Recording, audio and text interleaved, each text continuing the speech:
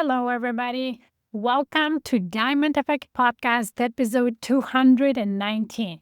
As promised last week, today we're back to a regular structured podcast to teach you something to think about, implement, improve on, and really take this time as the CEO of your business to work on something that in the long run will help you.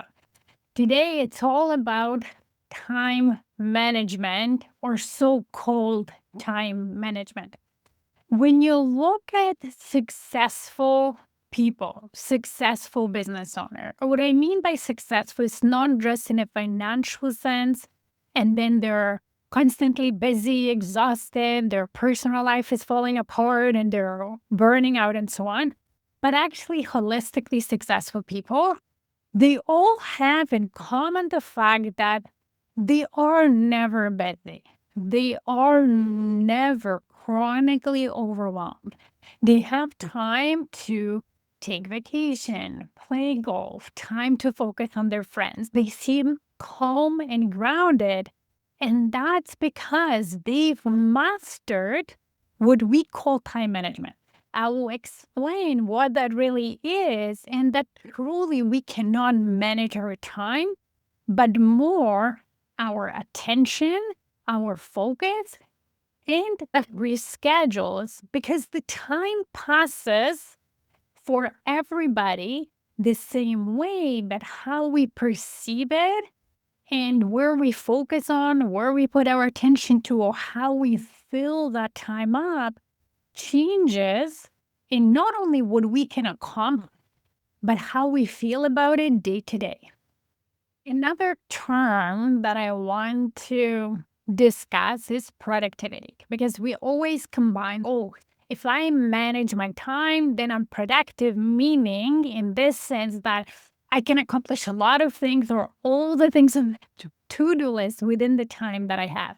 And for me, productivity is a little bit old of a term that maybe comes from manufacturing ages, where it was all about creating X amount of units and X amount of times on a manufacturing line. And in today's day and age, especially for us leaders and business owners, it's not about pumping through 100 units of production in a certain amount of time, but it's how effective we are with the time as we have, meaning what kind of impact and results we can create within the time that we allocate for our businesses, or even how effective we are with our personal time in terms of how we invest it or spend it on things that matter to us. So, what I like to refer to in terms of being effective, managing your focus and attention properly, being in charge of your schedule, is high performance, meaning you, as the business owner, operating at the highest level, thinking at your best, feeling at your best, but also taking action in your best. And that comes with certain sets of habits, certain sets of routines, and the proper mindset. And that's what I want to talk about today. And when you are a high performer and you have these ways of thinking, routines, and habits established, you also learn how to create systems, right? You're creating systems in your own life to support your business goals, your personal goals, to really create a life that you love. But also this way, you teach yourself how to think and systems for your business, because there is no business that can scale without systems. So always starts with you. And when you learn how to do that, and let's just say so-called time management, it will help you scale your business overall. So how do you become a high performer? It always starts with the mindset, which is really a way of thinking about something, the perspective that we take. And just from my own story, before I started creating habits and routines and going the path of high performance, I thought of myself as a very effective leader. I was accomplishing a lot within the time that I had, even though my to-do lists were never ending and things were piling up. I was still thinking, oh, I'm a woman, I can multitask, I'm getting things done. So I thought of myself. But in the meantime, I was stressed and getting overwhelmed and not doing as well and not being grounded and feeling good about the entire area of my life. One of them was being a mom and not being patient with my kids and so on, right? And at the same time, in the beginning, I didn't think that there was anything that could help, right? I had this snowflake type of syndrome, saying, well, my situation is unique, the industry I'm working is unique, the job that I'm doing is unique, and my whole situation is unique. Nothing can help me. And that meditation, for example, is not for me because I'm a high achiever who thinks all the time and has million thoughts per hour. I cannot be sitting and doing nothing. And all these thoughts that prevented me from actually trying things earlier until I started burning out, until I started really realizing that if something doesn't change, I'm not going to be the best mother I want to be for my kids. And I'm going to be chronically tired and not enjoying my life. I do believe that life is too short not to have fun. Life is too short not to benefit from all the joys of life that are out there.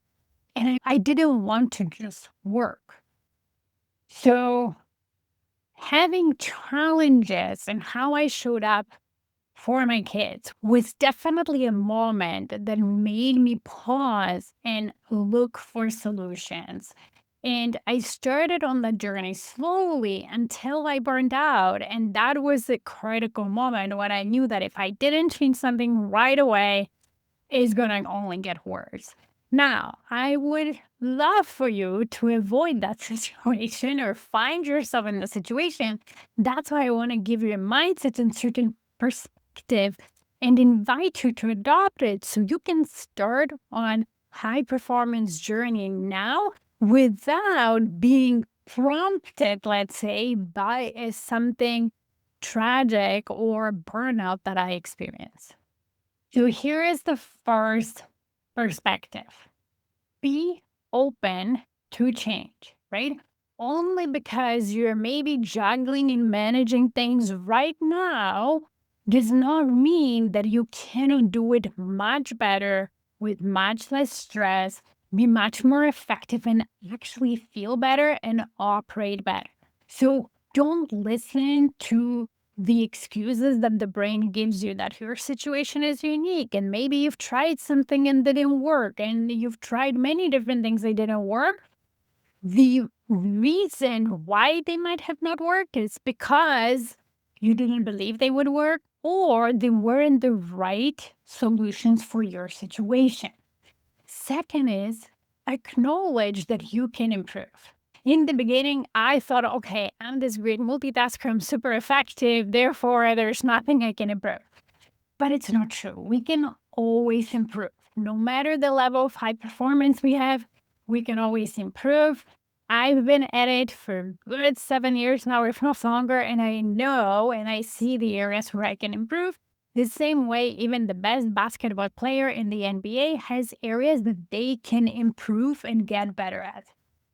3, have patience and self compassion. They think about building certain habits and practices to get really good at ditching overwhelm, at ditching the feeling of being busy, and actually being in a place where you don't say you're busy, where you're not overwhelmed most of the time, and where you feel really in control takes time. Now, it doesn't have to take forever, but it doesn't happen in one day. There's no magic pill, right? So, having patience of building the habits, testing things, trying things, adjusting things to suit your current situation, and also self compassion and not expecting yourself to be perfect right off the bat is a critical way to think when you want to become a high performer.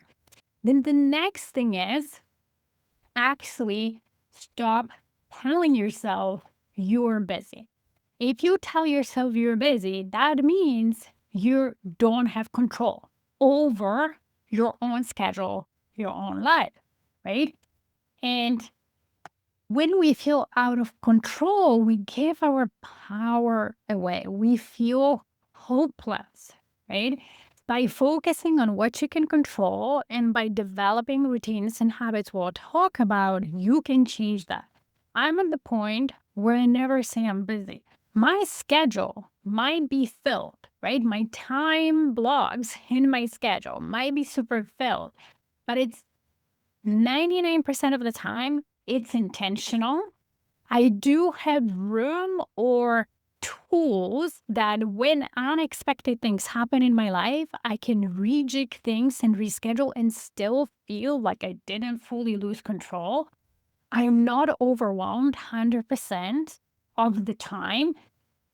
I treat the feeling of overwhelm as a signal that the way I'm running things stops working and a signal to adjust and change something. Therefore, my overwhelm doesn't last, right? Because I recognize that, oh, I'm starting to feel overwhelmed. Why is that? I look at how I run my days, share what's going on in my life, and I adjust accordingly to eliminate and go back to more of a grounded and in control energy. Okay, so I gave you the mindset. Now, there are some skills that you need to either develop or master. You might have some of it in order for this to work. First skill is getting super clear on what's important to you and not what you think it's important or you think you should deem important based on what other people think or maybe based on what you're seeing out there and thinking maybe I should be doing, but truly what's important to you because it's aligned with your values, with who you are, and what makes you feel fulfilled. Okay. And that clarity is important not only in your business, but also in personal life. Once you have that clarity, the next skill set is prioritization. Knowing how to prioritize the tasks and responsibilities that come from those important things on some of them might need to be done sooner than later. Some of them can wait. Some of them need to be scheduled and treated as if they were urgent, even though they're not. The skill of prioritization is critical. Every effective, highly performing leader and successful person has that down to a mastery. They know very quickly if something comes their way, if this is an important thing or not, and where would it fit in their calendar, meaning do they may have to make room for something because it's so important that needs to be done right away, or whether it can wait while their other obligations are getting done first. With prioritization comes being comfortable of saying no to certain demands that do not align with those important things. As you run your business, there will be always more to do than hours in a day or hours that you have allocated to running your business. Whether because there's always more to do in business, whether because you're a creative person and you will always have new ideas and projects and so on, right? So it's critical to say no forever or not for now to certain things. It's also critical to learn the next skill, which is delegation. So certain things will need to be done, but you're not the only one who can do them, or you shouldn't be the one doing them as the CEO of your business. Now, this is where, as your business grows, you will want to establish certain systems to protect yourself from constantly having to decide and say yes or no and so on. If you think about the biggest CEOs, they have gatekeepers, right? They have executive assistants or virtual assistants, depending on where you are in your business guard their schedule, who are very clear on what's important, what's the priority for this month, this quarter, and they say no to everything. So the decision making, the leader doesn't have to make all those decisions all the time because, of course, if there's a lot coming your way, that drains the energy, even making those decisions. Now, what helps is having habits and routines that I'm gonna talk about next. Here are 4 most basic high performance habits and routines that I teach all my clients, I've implemented in my life, that then you can build on and create systems around and include your team members as needed. But the first one is your morning grounding routine to ensure that you start your day not with the pressure high, spinning and already overwhelmed, but you start the day as grounded and calm as possible to prepare you to deal with whatever comes your way. That routine can be 5 minutes or it could be an hour or two, depending on what you can do, what you need to do, and what you want to do.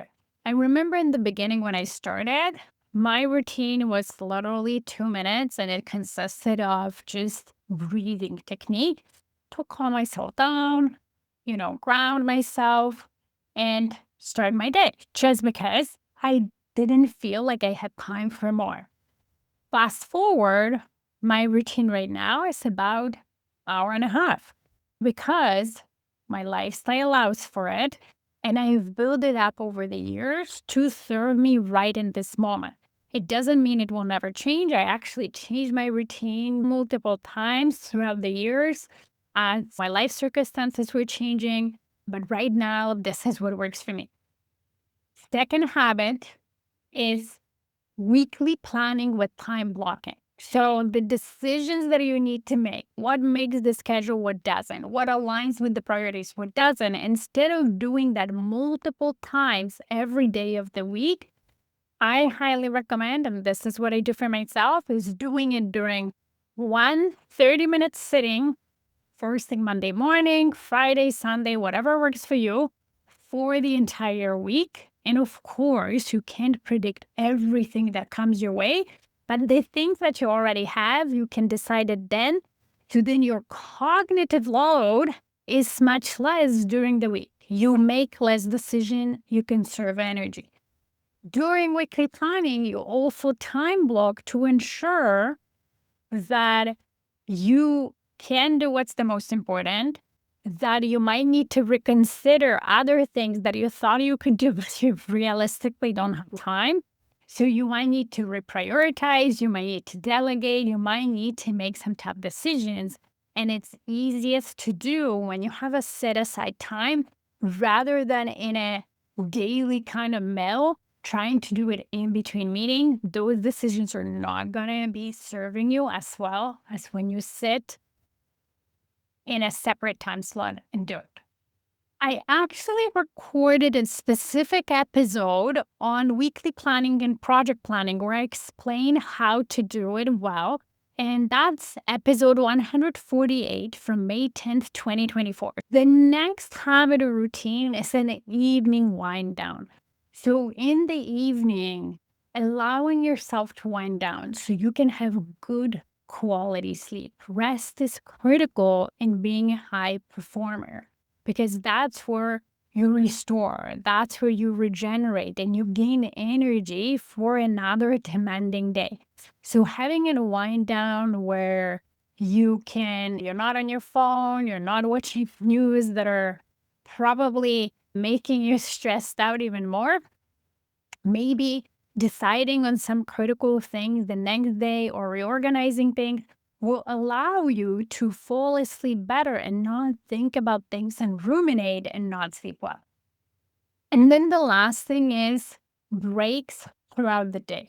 So taking proper break to eat or lunch and even breathing breaks in between the meetings so you can reset, so you can put the meeting that you just had into one shelf and get back to it when needed and then be able to refocus your brain on the next thing ahead of you. So you're not in a meeting thinking about what you had or what you're about to had, that you're really present. Those are critical to sustain your energy, your focus, and your attention on the things you decided and really be effective with that time. I know that all I've mentioned might seem like a lot, but it's really simple and not difficult to implement when you do it step by step. And it doesn't have to take years for you to see the results. For example, my client Maya, whom we've coached already for about 10 weeks, she saw results of some of those habits within a week or two. Same with my clients, Dr. Louise, who's after a couple of months, not only reduced her stress and overwhelm, but now she's seeing how she actually has more time than she thought. She's starting to learn how to create time. So she's working less, making the same amount of money or more, now being able to think about long-term success of their business, the direction she wants to take it, and so on. So yes, you have to do it in small chunks, step by step. But when you're guided and you do it week after week, those are very simple things that don't take a lot to learn and don't take a lot to apply. Very quickly, those things compound, and within a couple of months, your life can be transformed. I promise you, I've seen it in me, and I've seen it in all the clients that I coached on it. So feel free to go back to past episodes of Diamond Effect Podcast, where I talk a lot on time management, high performance, good habits, and you can learn from there and implement one by one. Or if you want really focused and guided, we can work together. Go to my website, stairwaytoleadership.com, book a free consultation with me, and let's talk about how I can help you with this.